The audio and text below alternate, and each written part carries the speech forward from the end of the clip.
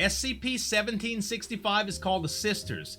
Some anomalies that can weaken the structure of reality, and there's some dabbling going on with a rogue organization for the SCP Foundation called the Serpent's Hand. We're going to react to it today from SCP Explained. Make sure to head on over to their channel and subscribe. Hit the notification bell, guys, and if you like reaction videos, subscribe to my channel as well. Let's get into this reaction. SCP Foundation agents stationed at Area 37 had intercepted chatter from a normally closed communication system in a nearby city. To anyone else, the calls that the Foundation were eavesdropping would seem innocent, even no such boring. thing. But the Foundation immediately recognized the coded language being used. Okay. They were listening to communications between underground cells of the Serpent's Hand, a dangerous paramilitary organization that stands in opposition to everything the Foundation is trying to do. They mess with the anomalies too. The Serpent's Hand messages revealed plans for killing Foundation personnel, breaking into containment sites, and releasing anomalous creatures and objects into the world. That's scary. Pretty standard stuff for the Foundation's least favorite anomaly-loving insurgents. But they kept using one code that even the Foundation didn't have any intel on. They kept asking about the condition of the Sisters. The condition of the Sisters. Fate has a funny way of sneaking up on you, though.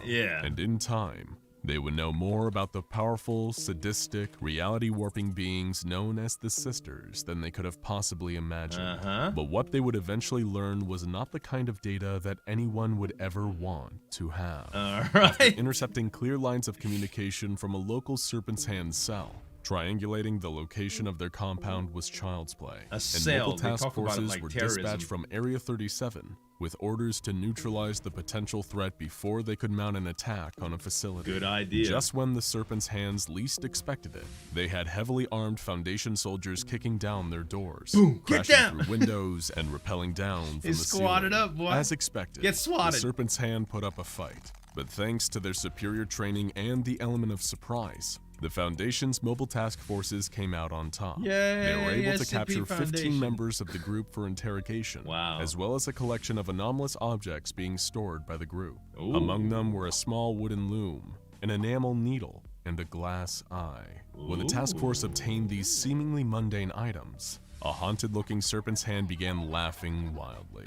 He kept repeating, "You have no idea what you're getting yourselves into." No, they don't. Nobody knew just how right this man was. Not yet, anyway. Congratulating themselves on a job well done, the mobile task forces hauled their captives and the new anomalous items back to Area 37. I like how they dress them a up like heavily isolated cultists. Foundation site that specializes in the early containment of anomalous objects for initial observation and study. The objects hadn't displayed any anomalous properties in transit. Maybe the Serpent's Hand was lying, and these weren't dangerous items at all. Or it was actually just a pile of junk.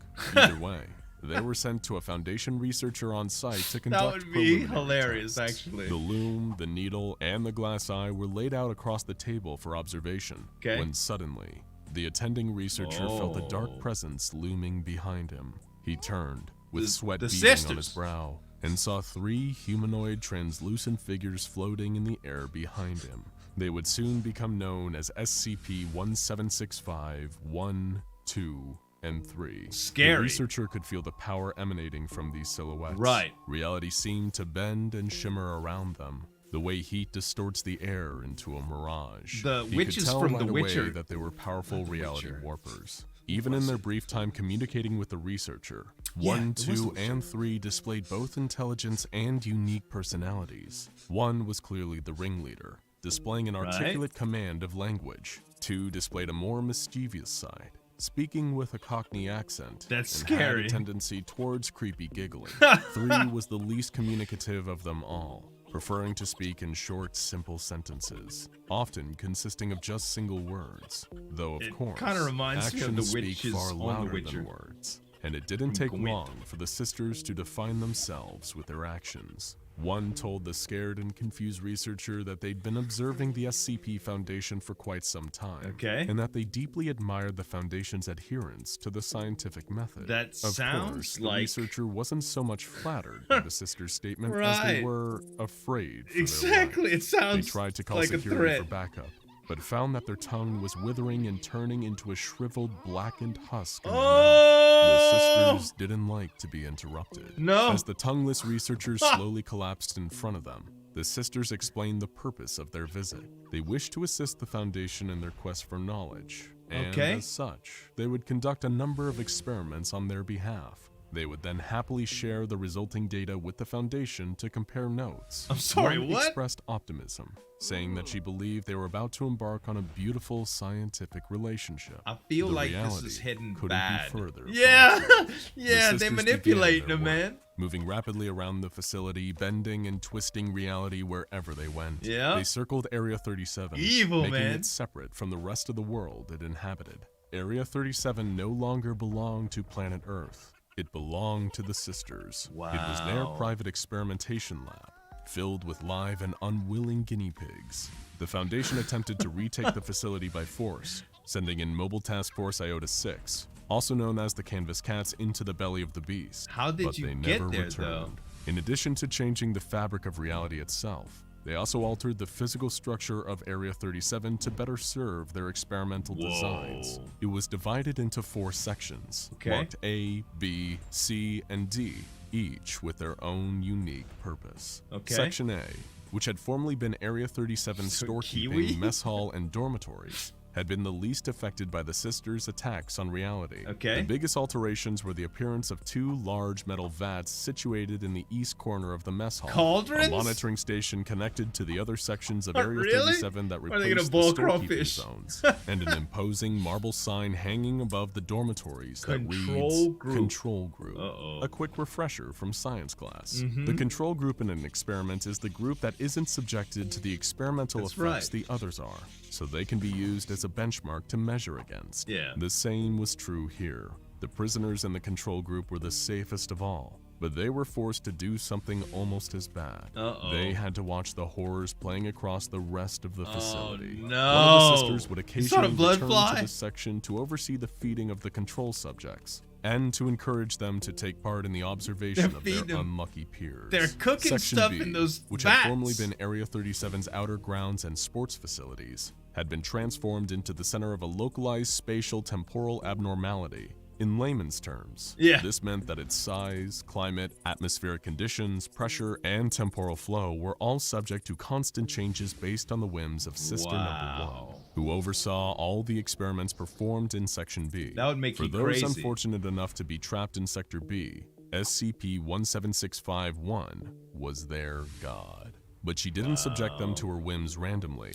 No. In her own words, the purpose of Section B was to delve into the effects of repetitive action performed under unusual conditions on the human psyche. For example, one experiment was set up to test the physical and mental fortitude of a researcher, a field agent, and a sanitation worker. Scary, the trio were confined in a sports center and ordered to measure the length of every single pipe and the angle at which each connected to others with nothing more than a wrench, a ruler, a brown paper pad, and a ballpoint pen.